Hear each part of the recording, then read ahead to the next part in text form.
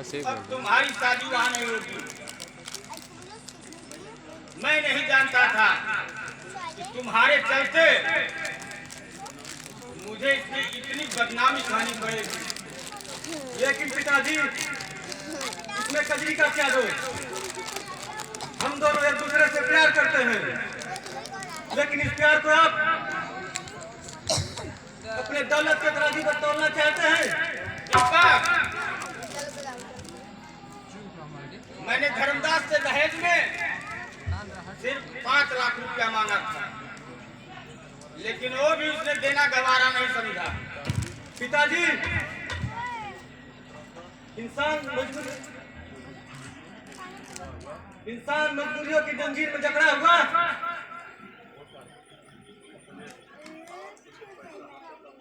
आपके लिए पैसा हाथों का मैल है। कितनों को खून बेचकर भी दौलत नसीब नहीं होती। लेकिन मैं इन लोगों को अच्छी तरह से जानता हूँ। ये वही लोग हैं जो धरती पर खड़े होकर आसमान को छूने की कोशिश करते हैं। पिताजी, ये आपको पहले सोचना चाहिए था।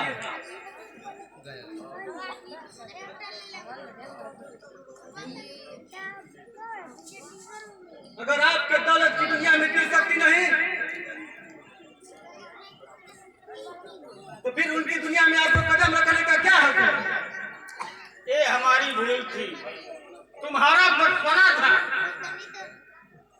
मैंने जो कुछ भी किया तुम्हारे लिए किया, नहीं तो किसी अमीर इंसान का ये शौक नहीं कि दुर्गा को अपने सीने में लगाए। नहीं पिताजी, अभी भी वक्त है, वापस चलिए, वरना उस पूरे बाप के दामन में कलंक का धब्बा लग जाएगा। उस मासूम के छोटी चुनरी पर लगा हुआ बदनामी का दाग आपको कभी चैन से जीने नहीं देगा। तुम्हारी शादी मेरे अरमान है, हमारी तमन्नाएं हैं, और मैं अपनी तमन्नाओं को इस कदर नीलाम नहीं होने दूंगा। आपको अपने अरमान और खुशियों का इतना ही ख्याल है, लेकिन पिताजी, दूसरों की खुशियां छीन कर देने वाला इंसान मतलब परस्त और साथी कहलाता है। दीपक, होश में बातें करो। लाला मनोहर लाल, तुम मतलब परस्त कहने का मतलब तुम्हें ये सोचना चाहिए मैं तुम्हारा बाप, मैं जो कुछ भी कर रहा हूँ तुम्हारे लिए कर रहा हूँ। नहीं, आप जो कुछ भी कर रहे हैं अपने लिए कर रहे हैं, अपने स्वार्थ के लिए कर रहे हैं, अपनी तिजोरी भरने के लिए कर रहे हैं। दीपक, ये तुम क्या कर रहे हो? मेरे प्यार का नाजायज फायदा उठा रहे हो। लेकिन दीपक, तुम्हें ये नहीं भूलना चाहिए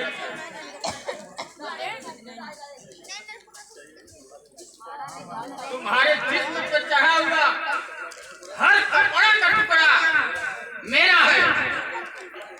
तुम्हारे उड़ते गिरते सांसों में मेरे खड़कते सिक्कों की झनकार है, और तुम उन लोगों की हिमायत करते हो।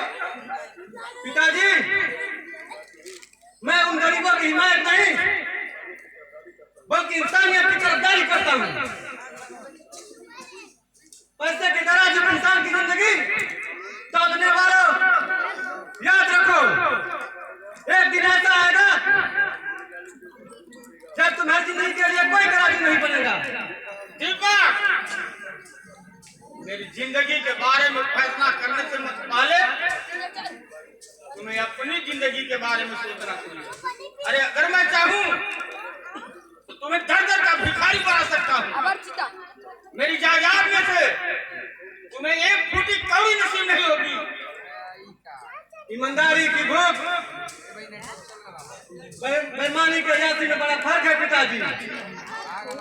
मुबारक हो आपको मेरी, मैं अपनी गरीबी में काफी खुश हूँ।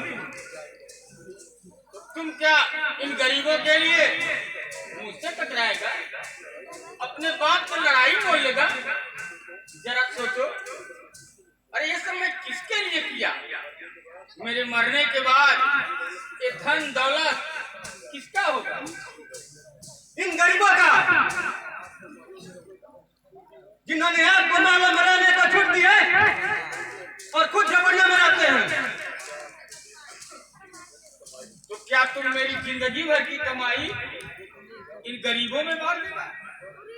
दीपक, मेरे रहते ऐसा हरगिज नहीं होगा।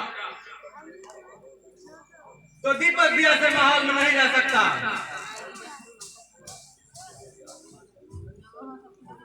इसलिए मेरी आत्मा इस गुनाह के साये में दम तोड़ रही है। मैं किसी भी कीमत पर यहाँ नहीं रह सकता। ओ दीपक, जब तुम्हें यही सब करना था तो लाला मनोहर लाल के घर पैदा क्यों हुआ? कौशल्या, तुम भी अपनी बेटे की करतूतें देख लो।